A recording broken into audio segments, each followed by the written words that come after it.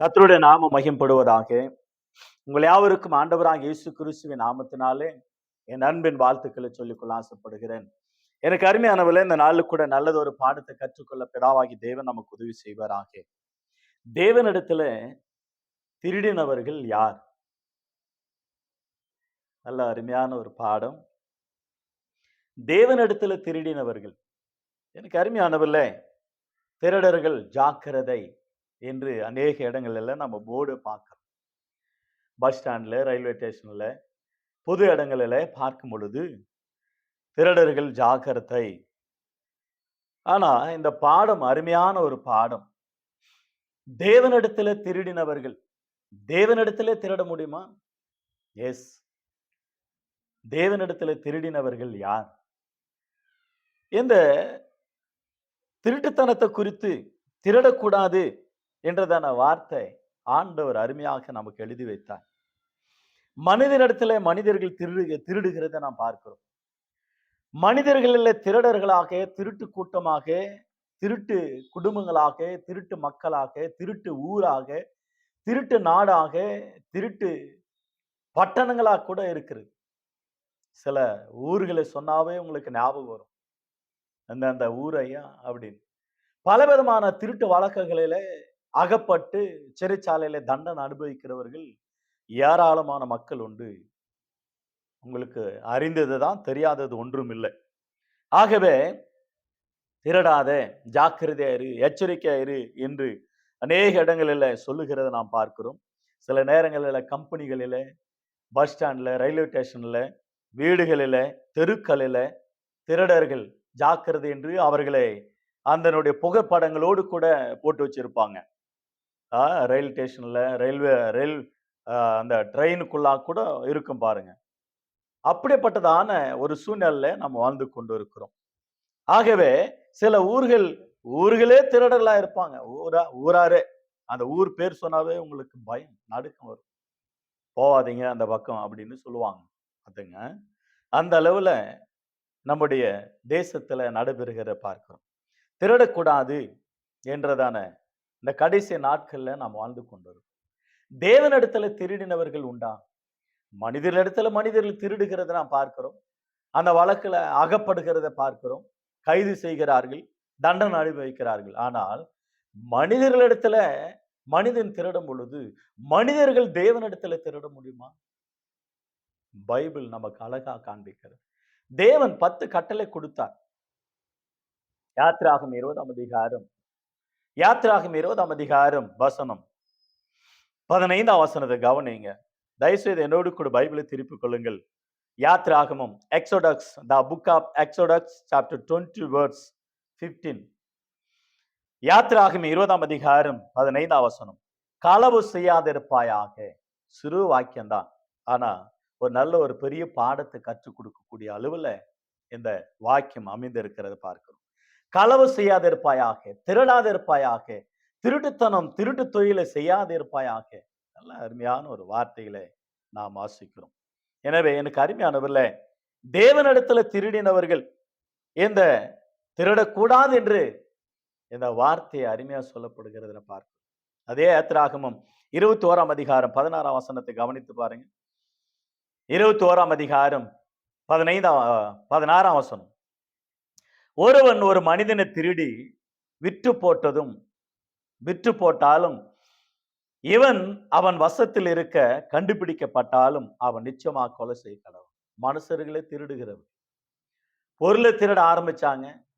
வீடுகளில, தெருக்களில, வாகனங்களில, அநேக இடங்களில, வயல்வெளியில தானியங்களை, சில உணவு பொருட்களை, சிறு தானியங்கள், பெரிய தானியங்களை திருடுவார்கள். வீடுகளில் திருடுவார்கள், மனுஷர்களிடத்தில் திருடுவார்கள். இப்போ மனிதர்களே திருட ஆரம்பித்துட்டாங்க. அநேக பெண்கள் காணாம போறாங்க. கொண்டு போயிட்டு உபச்சார விடுதிகளில உள்நாட்டிலும் வெளிநாட்டிலும் விற்பனை செய்கிறார்கள் பெண்களை. எனவே மனுஷர்களை திருடுகிறவன் கண்டுபிடித்த அவன் கொலை செய்யப்பட கடவன். 2 தீமோத்தேயு புஸ்தகம் 3ஆம் அதிகாரம் 1 முதல் 7 வசனங்களில கடைசி நாட்களில் மனிதர்கள் எப்படி இருப்பார்கள் என்பது குறித்து நன்றி அறியாதவர்களா, துரோகிகளாய், தாய் தகப்பனுமார அடிக்கிறவர்களா, அடங்காதவர்களா, கீழ்ப்படியாதவர்களா, அவபக்தி உள்ளவர்களாய், அதாவது தேவ பக்தியின் வேஷத்தை தரித்தவர்களாய், எதிர்த்து நிற்கிறவளா, மனுஷரை திருடுகிறவளா இருப்பார்களா? இந்த கடைசி நாட்கள்ல நடைபெறுகிறத நான் பார்க்கிறேன். எனவே திருடக்கூடாது என்று ஆண்டவர் 10 கட்டளையில ஒரு வார்த்தையை அற்புதமான ஆண்டவர் நமக்கு எழுதி கொடுத்தார். திருடக்கூடாது, திருட்டுத்தனம் செய்ய இருக்கக்கூடாது, பொய் இருக்கக்கூடாது, இப்படி புரட்டும் திருட்டும் உங்க வாழ்க்கையில வரக்கூடாதுன்னு ஆண்டவர் எழுதி வைத்தார். 1 கொரிந்தியர் புஸ்தகம் 6ஆம் அதிகாரம் 9, 10 ஆகிய வசனங்களை பாருங்களேன். 1 கொரிந்தியர் புஸ்தகம் 6ஆம் அதிகாரம் 9, 10 ஆகிய வசனங்கள். அநேகாரர் தேவனுடைய ராஜ்யத்தை சுதந்திரிப்பதில் என்று அறிவீர்களாக. வஞ்சிக்கப்படாதிருங்கள். பேசி மார்க்கத்தாரும், விக்கிர ஆராதனைக்காரரும், உபச்சாரக்காரரும், சுய புணர்ச்சிக்காரரும், ஆண் புணர்ச்சிக்காரரும், திருடரும். 10ஆம் வசனத்துல திருடரும், பொருளாசைக்காரரும், வெறியரும், உதாசீனியாரும், கொள்ளைக்காரரும் தேவனுடைய ராஜ்யத்தை சுதந்திரிப்பதில்லை. திருடர் பரலோகத்துக்கு போகவே முடியாது. நீ கிறிஸ்தவன் ஆயிரு, எந்த மதத்தை, எந்த இனத்தை சேர்ந்தவனாயிரு, ரட்சிப்பட்டு எந்த துறையிலானாயிரு, ரட்சிப்பட்டு எந்த பதவியிலானாயிரு, நீ திருடனா இருக்கக்கூடாது. திருடனா இருந்தா பரலோகம் உனக்கு கிடைக்காது.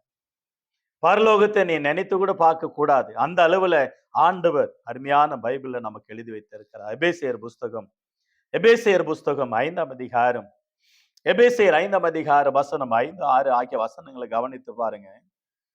எபேசியர் 5ஆம் அதிகாரம் 5, 6 வசனங்கள். உபச்சாரக்காரனாவது, அசுத்தனாவது, விக்கிர ஆராதனைக்காரனாகிய, பொருளாசைக்காரனாவது தேவனுடைய ராஜ்யமாக்கிய கிறிஸ்துவின் ராஜ்யத்துல சுதந்திரம் அடைவதில்லை என்று அறிந்திருக்கிறீர்கள். இப்படிப்பட்டவைகள் நிமித்தமாக கீழ்ப்படியாத பிள்ளைகளை மேல தேவ கோபாக்கின வர காத்திருக்கிறோம். 6ஆம் வசனத்துல சொல்லப்படுகிறது. வசனம் 6ல இப்படிப்பட்டவைகள் நிமித்தமாக கீழ்ப்படியாமல் பிள்ளைகளை மேல தேவ கோபாக்கியம். ஆகினால உங்களை வீண் வார்த்தைகளினால மோசம் போக்காதபடிக்கு நீங்கள் எச்சரிக்கையா இருங்க. 7ஆம் வசனத்தை கவனித்து பாருங்க. அவர்களுக்கு பங்காளிகள் ஆகாதிருங்கள். யாருக்கு என்றால் திருடர், பொருளாசைக்காரர், உபச்சாரக்காரர், வேசித்தனக்காரர், இவைகளுக்கு நீங்க விலகிருங்க. 1 கொரிந்தியர் புஸ்தகம் 5ஆம் அதிகாரம், 1 கொரிந்தியர் புஸ்தகம் 5ஆம் அதிகாரம் வசனம் 12ஆம் வசனத்துல உபச்சாரக்காரனாவது, வேசிக்கல்லனாவது, விக்கிராராதக்காரனாவது உன் சகோதரன் அப்படிப்பட்ட காரியத்தை செஞ்சா அவனோடு கூட கலவாதிருங்க. அவனை சத்ருவாக எண்ணாமல் சகோதரனாக எண்ணி அவனை புறம்ப தள்ளி அவனுக்கு புத்தி வர வைத்து அவனுக்கு நல்ல ஞானம் வரவில்லையா, நீங்க என்ன செய்யுங்கன்னா அவனுக்கு ஆலோசனை சொல்லுங்க. அவன் மனம் திரும்பி வந்தா நீங்க சேர்த்து கொள்ளுங்க. பொருளாசை, அந்த பொருளாசை நிமித்தமாக திருடுகிறான், பொய் பேசுகிறான், வஞ்சிக்கிறான், ஏமாற்றுகிறான். ஆகையினால்தான் எபேசியர் புஸ்தகம் 4ஆம் அதிகாரம் 27, 28 கவனித்து பாருங்க. எபேசியர் புஸ்தகம் 4ஆம் அதிகாரம் 27, 28. பிசாசுக்கு இடம் கொடாமலும் இருங்கள். பிசாசுக்கு இடம் கொடுக்க கூடாது. அந்த திருட்டுத்தனம் எப்படி வருகிறது? பிசாசுக்கு இடம் கொடுக்கிறான். ஆகையினாலதான் திருடு. 28 வாசனம் பாருங்களேன். திருடுகிறவன் இனி திருடாமல் குறை சொல்லுகிறவனுக்கு கொடுக்கத்தக்கதாக, குறை சொல்லுள்ளவனுக்கு கொடுக்கத்தக்கதாக தனக்கு உண்டாயிருக்கும்படி தான் கைகளினால் நலமான வேலைகளை செய்ய பிரயாசப்பட கடவான். வார்த்தை நல்ல அருமையான ஒரு வார்த்தை. திருடுகிறவன் இனி. ஒருவேளை நீங்க திருடரா இருக்கலாம். ஐயா, திருட்டுத்தனம் பெரிய பாவமா? எஸ், பாவம். பரலோகத்துக்கு போக முடியாது. சர்ச்சில் திருடாத, வீட்டில் திருடாத, ரோட்ல திருடாத, ஆபீஸ்ல திருடாத, வேலை ஸ்தலத்துல திருடாத, எஜமான இடத்துல திருடாத, வீட்டு வேலைகளை செய்கிற இடத்துல எஜமாட்டிகளாண்ட ஏமாற்றாதீங்க, திருடாதீங்க. கடைக்கு அமிச்சா திருடாத, வியாபாரத்துல திருடாத, வியாபார ஸ்தலங்களில் அந்த கேசியர் காரியங்கள, கேசியர் அதாவது அந்த ஹோட்டலானாலும் கடையானாலும் வியாபார ஸ்தலங்களில் அந்த பணத்தை வாங்குகிற காரியங்களை கேசியரை உட்கார வச்சிருப்பாங்க. அப்ப திருடுவாங்க. இந்த இடங்கள் எல்லாம் திருடாதீங்க. திருடினால் உங்க வாழ்க்கையில நீங்கள் ஏமாந்து போவீங்க. மோட்சம் கிடைக்காது, பரலோகம் கிடைக்காது, தேவனுடைய ஆசீர்வாதம் கிடைக்காது, நன்மை உண்டாகாது. ஆண்டவர் 10 கட்டளைகள் ஒன்று, திருடாத இருப்பாயாக, களவு செய்யாத இருப்பாயாக. அற்புதமான வார்த்தையை ஆண்டவர் நமக்கு எழுதி கொடுத்திருக்கிறத பார்க்கிறோம். ஆகவே எனக்கு அருமையானவர்களே, நீங்க திருடக்கூடாது, பிசாசுக்கு இடம் கொடுக்காதீங்க. வேலைக்கு போங்க. வாலிபர்கள் வேலைக்கு போகணும், சம்பாதிக்கணும். ஆண்டவருடைய சமூகத்துல மனமகிழ்ச்சியாக, நீதிமானாக, உத்தமனாக, நேர்முள்ளவனாக இருக்க வேண்டும். அதுதான் ஆண்டவர் எதிர்பார்க்கிறார்.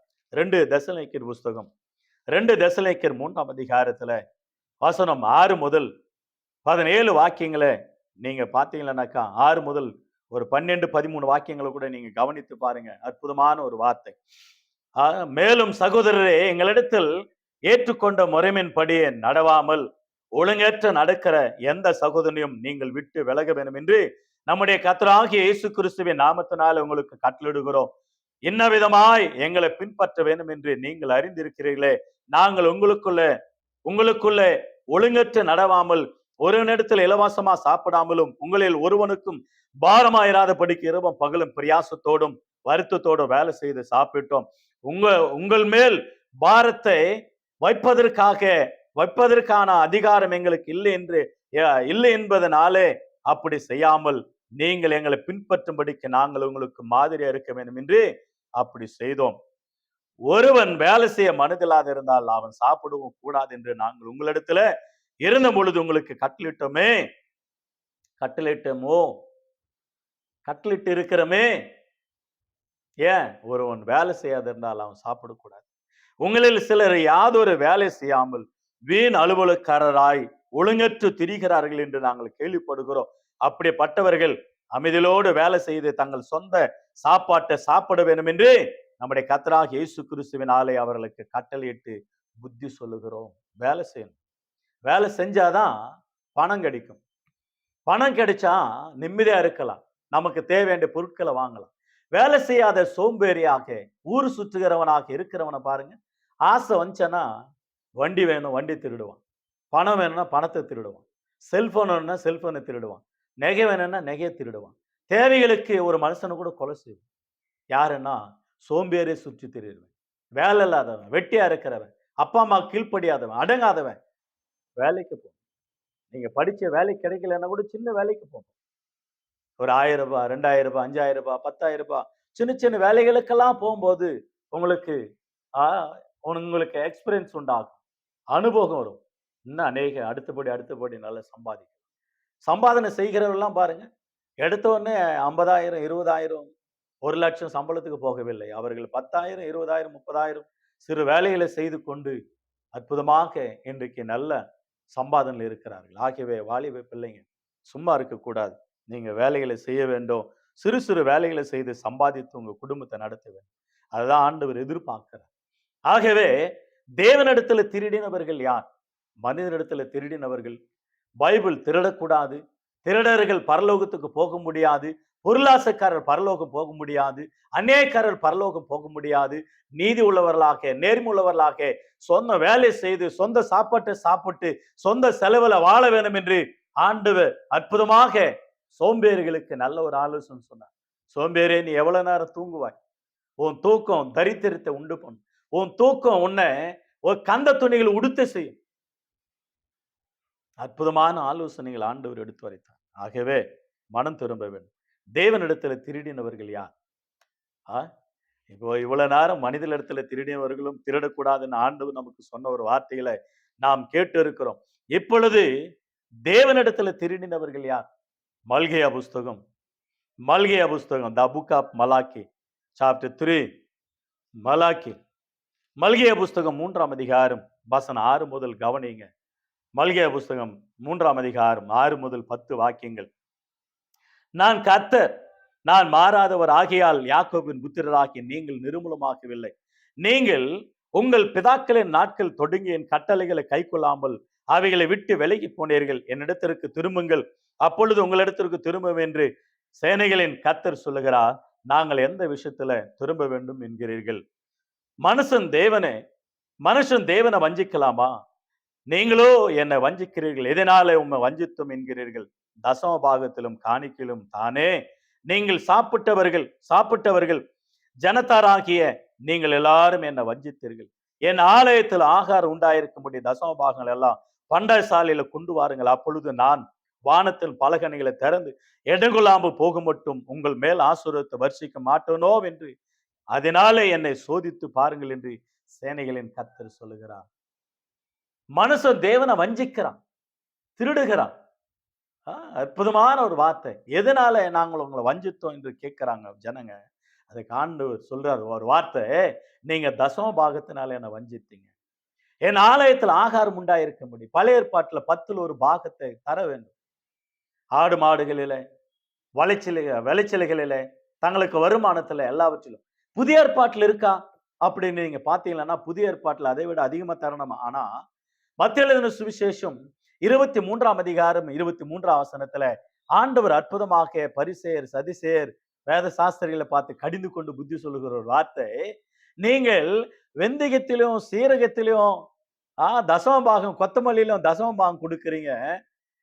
நீதியாகிய நீதியும் நேர்மையும் உத்தமத்தையும் நீங்க விட்டுட்டீங்க. நீங்க இவைகளிலும் தசம பாகம் கொடுக்கணும், அவைகளிலும் தசம பாகம் கொடுக்கணும். இவைகளிலும் அவைகளிலும் என்ன? பழைய ஏற்பாட்டுல எல்லா பொருட்களிலும் கொடுத்து கொண்டதாங்க. அவைகளிலும் கொடுக்கணும், இவைகளிலும் கொடுக்கணும்னு ரெண்டுத்தையும் கம்பேர் பண்ணி சொன்னார். ஆனா அப்போஸ்தலர் பவுல் மூலமா பரிசுத்த ஆவியானவர் புதிய ஏற்பாட்டுல நிருபங்களில சொல்லும் பொழுது அதிகமாக தசம பாகத்தை விட அதிகமாக 10ல் ஒரு பாகம்னாக்கா நீங்க 10ல் 2 பாகம் கொடுக்கலாம், 5 பாகம் கொடுக்கலாம், 10 பாகம் கொடுக்கலாம். சில பேரு 3/4 பாகம் கூட கொடுத்து ஆசீர்வாதத்தை பெற்றிருக்கிறார். எனக்கு அருமையான கர்த்தருடைய பிள்ளை, நம்முடைய வாழ்க்கையில கொடுக்கிறதுல திருடுகிற காரியம். ஒன்று வருமானத்துல திருட்டு, நேரத்துல திருட்டு, சமயத்துல சர்ச்சுக்கு வர்றதுல திருட்டு.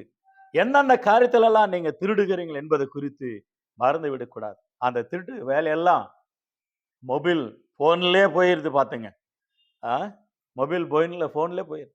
பைபிளை வாசிப்பது நேரம் கொடுக்கறது இல்ல, ஆண்டவரை பற்றி சொல்ற காஸ்பல் சொல்றதுக்கு நேரம் கொடுக்கறது இல்ல. நாம் நிற்பது நிர்மூலம் ஆகாது இருக்கிற ஆண்டவருடைய கிருபைன்னு வேதம் சொல்லுகிறது இல்லையா? ஆகவே எனக்கு அருமையான கர்த்தருடைய பிள்ளை, நம்முடைய வாழ்க்கையில தசம பாகத்துல திருட்டு, தசம பாகத்தை திருடுறது, திருடாத, நெசையாத, திருடாத. நீதிமொழிகள் புஸ்தகம் 9ஆம் அதிகாரம் 16ஆம் வசனத்தை கவனித்து பாருங்க. நீதிமொழிகள் புஸ்தகம் 9ஆம் அதிகாரம் 16ஆம் வாக்கியம். நீதிமொழிகள் புஸ்தகம் 9ஆம் அதிகாரம் 16ஆம் வசனம். எவன் பேதையோ அவன் இவ்விடத்தில் வர கடவன் என்றும் மதியனனை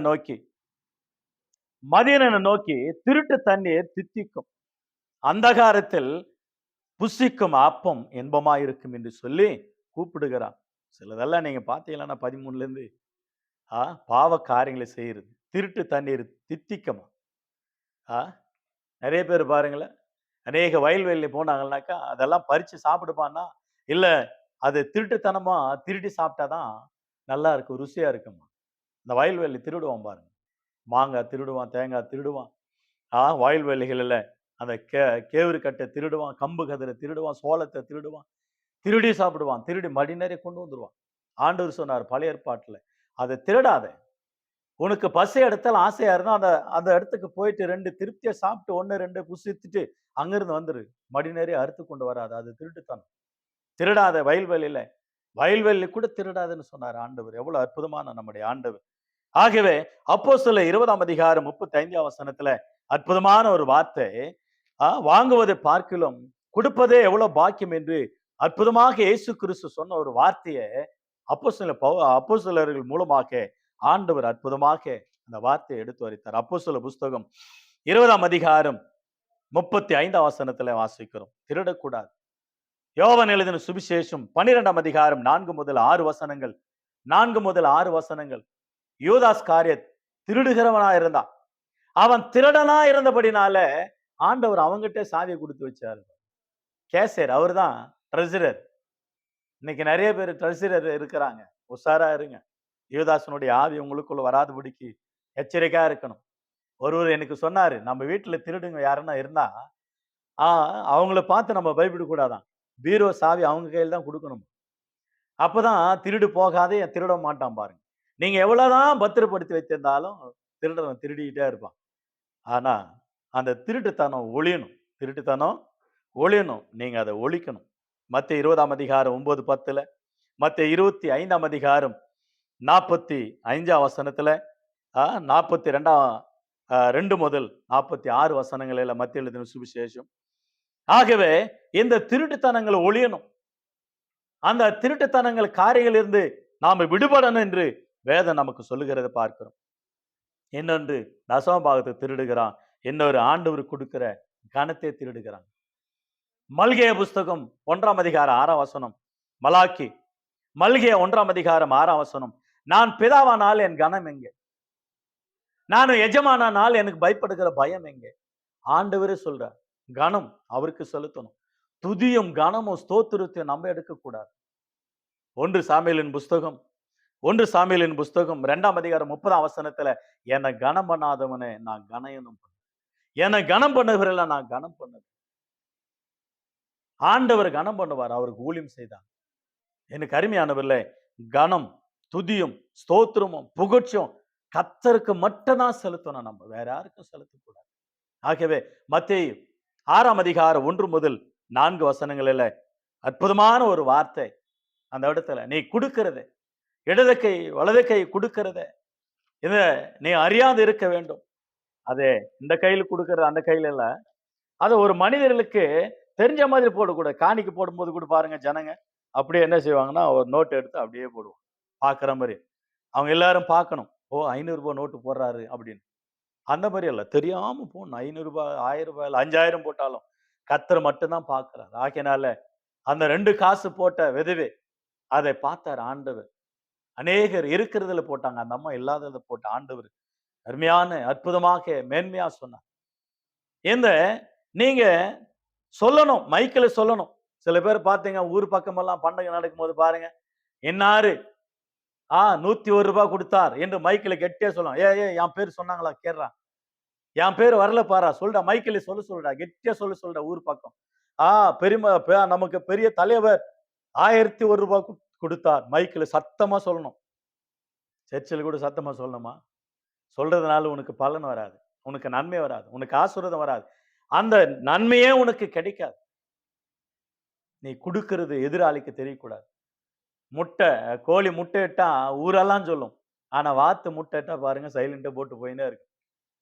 அந்த மாதிரி உற்சாகமா கொடுக்கிற இடத்துல தேவன் சந்தோஷமா இருக்கிறான், மகிழ்ச்சியா இருக்கிறான்.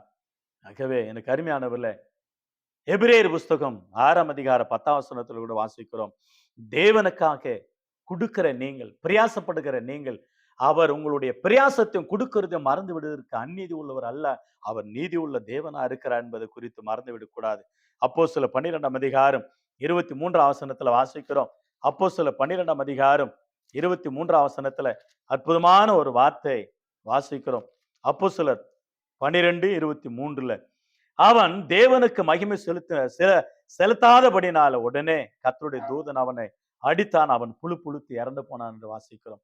எனவே எனக்கு அருமையான கர்த்தருடைய பிள்ளை, நம்முடைய வாழ்க்கையில மகிமை ஆண்டவருக்கு செலுத்தணும். ஏரோது ராஜா ஜன்ம நாள் வந்தது, தனக்கே மகிமை வருவித்துக் கொண்டார், ஆனால் ஆண்டவர் அடித்தார், அவர் மரித்து போனதை நாம் பார்க்கிறோம். தேவனுக்கு மகிமை செலுத்த வேண்டுமே தவிர அந்த மகிமையை நாம் எடுத்துக்கொள்ள கூடாது. மல்கிய புஸ்தகம் 1ஆம் அதிகாரம் 8 முதல் 14 வசனங்கள். எபிரேயர் புஸ்தகம் 11ஆம் அதிகாரம் 4ஆம் வசனம். நேரத்தை திருடக்கூடாது, காணிக்கை திருடக்கூடாது. ஆபேலின் காணிக்கை ஆண்டவராகிய தேவன் அற்புதமாக மேன்மையா சொன்னார். காயனுடைய காணிக்கை காட்டிலும் ஆபேலுடைய காணிக்கை மேன்முள்ளதாக இருந்தது. ஆண்டவர் மேன்மையா சொன்ன காரியங்களை நாம் பார்க்கிறோம். ஆகவே எபிரேயர் 10ஆம் அதிகாரம் 25ஆம் வசனத்தை கவனித்து பாருங்க. எபிரேயர் புஸ்தகம் 10ஆம் அதிகாரம் 25ஆம் வசனம். எபிரேயர் 10:25 அற்புதமான ஒரு வார்த்தையை நாம் வாசிக்கிறோம். சபை கூடுதலை சிலர் விட்டு விடுகிறது போல நீங்கள் விட்டு விடாமல், நாளானது எவ்வளவு சமீபித்து இருக்கிறதை அவ்வளவாய் நீங்கள் உறுதியா உள்ளவர்களாய் இருந்து ஒருவருக்கு ஒரு புத்தி சொல்லிக்கொண்டு ஆண்டவருடைய நாமத்தை மகிமைப்படுத்துங்க. சபையை விட்டு விடக்கூடாது. சபையை விட்டு விடுகிற காரியங்கள் இல்லை, ஆண்டவர் ஆராதிக்கிற காரியங்கள் இல்லை, அந்த ஆண்டவரை ஆராதிக்கிற காரியங்களில நேரத்தை திருடக்கூடாது, தசமபாகத்தை திருடக்கூடாது, ஆண்டவருக்கு ஒரு மகிமை திருடக்கூடாது, தானம் தர்மம் செய்ய காரியங்களில், ஆண்டவருடைய ஊழியத்தை செய்கிற காரியங்கள அவைகளை திருடக்கூடாது. ஆண்டவர் நமக்கு கிருபை தருகிறான், நிற்பது நிர்மூலமாகாது இருக்கிற ஆண்டவருடைய கிருபை. புலம்பல் புஸ்தகம் 3ஆம் அதிகாரம் 22-23 வாசிக்கிறோம் இல்லையா, நாம் நிற்பது நிர்மூலமாகாது இருக்கிறதோ அவருடைய கிருபை. ஆண்டவர் கிருபை தருகிறார், நமக்கு கிருபை ஆண்டவர் தருகிறார், அவருடைய ஆலயத்தில் இருக்கணும். சங்கீதங்களின் புஸ்தகம் 84ஆம் சங்கீதம் 10ஆம் வசனத்துல, ஆகாமிய கூடாரங்கள் இருப்பதை பார்க்கலாம், அவருடைய ஆலயத்தில் இருப்பது நல்லது. சங்கீதம் 27 சங்கீதம் 4 வசனத்தை அவருடைய மகிமை பார்க்கத்தக்கதாக, சங்கீதம் 63 சங்கீதம் வசனம் 1 முதல் 3 வசனங்கள் ஆண்டவருடைய ஆலயத்துல வாஞ்சை, அந்த நிலம் தண்ணீருக்கு எவ்வளவு தாகமா இருக்கிறதோ நம்முடைய ஆத்மா ஆண்டவர் மேல தாகமா இருக்கணும். சங்கீதம் 5 சங்கீதம் 3 வசனத்துல வாசிக்கிறோம், அதிகாலையில் ஆண்டவருடைய சமூகத்துல. நீதிமொழிகள் 8 வசனத்துல அதிகாலையில் என்னை தேடுகிறவன் என்னை கண்டடைவான். ஏசாயா புஸ்தகம் 50 வசனத்துல அவர் அதிகாலையில் என்னை எழுப்புகிறார். காரணம் அவருடைய சத்தத்தை கேட்க, அவருடைய வார்த்தை கேட்க, அவருடைய வசனத்தை கேட்க என்னை எழுப்புகிறார். எபேசியர் புஸ்தகம் 5 வசனம், நாட்கள் பொல்லாதவைகளாய் இருக்கிறபடினாலே நீங்கள் காலத்தை புரோஜனப்படுத்திக் கொள்ளுங்கள். நாட்கள் பொல்லாதவைகள் ஆகினால காலம், அந்த காலத்தை நம்ம சமயமாக அந்த காலத்தை புரோஜனப்படுத்திக் கொள்ளும். காலம் புண் போன்றது என்று சொல்லுவாங்க, போனா வராதுன்னு சொல்லுவாங்க. அந்த அளவுல அந்த காலத்தை நம்ம புரோஜனப்படுத்திக் கொள்ள வேண்டியது மிக அவசியமா இருக்கிறது. கடைசியாக ஒரே ஒரு வசனத்தை வாசித்து நாம் ஜெபம் பண்ணலாம். எரேமியா புஸ்தகம் 23 அதிகாரம், எரேமியா புஸ்தகம் 23 அதிகாரம் 30 வசனத்தை கவனித்து பாருங்கள். அற்புதமான ஒரு வார்த்தை. எரேமியா புஸ்தகம் 23 அதிகாரம் 30 வசனம், ஆகையால் இதோ ஒவ்வொருவராய் தான் தான் அயலார் இடத்தில் என் வார்த்தைகளை திருட்டுத்தனமாய் எடுக்கிற தீர்க்கதரிசிகளுக்கு நான் விரோதி என்று கர்த்தர் சொல்லுகிறார். ஆண்டவருடைய வார்த்தையே திருடுகிறார்கள்.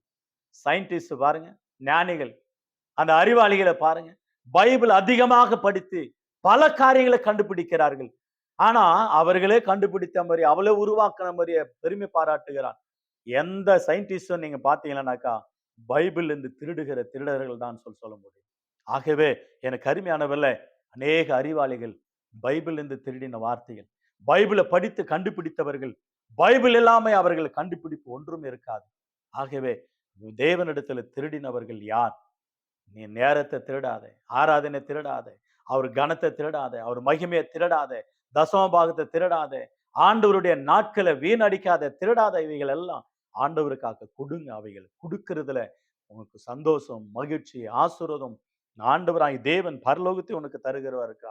ஆண்டவருடைய வார்த்தைகளை திருடினவர்கள் எத்தனை பேர்? ஆண்டவருடைய வார்த்தையை திருடக்கூடாது. ஆண்டவருடைய வார்த்தையை கண்டுபிடித்து அதை விசேஷமாக அற்புதமாக எத்தனையோ கண்டுபிடிப்புகளை கண்டுபிடித்தார்கள். அவர்கள் எல்லாரும் மனம் திரும்ப வேண்டும். அவர்களுக்கு நம்ம புத்தியை சொல்ல வேண்டும். ஆகவே தேவனிடத்துல திருடினவர்கள் யாரிடத்துல அந்த வார்த்தையை, ஆண்டவராய் தேவனுடைய வார்த்தையை நாம் கேட்டோம். இந்த வார்த்தையில் ஆண்டவர் ஆசீர்வதிப்பாராக. உங்களையும் ஆண்டவர் ஆசீர்வதிப்பாராக. God bless you all. God bless you.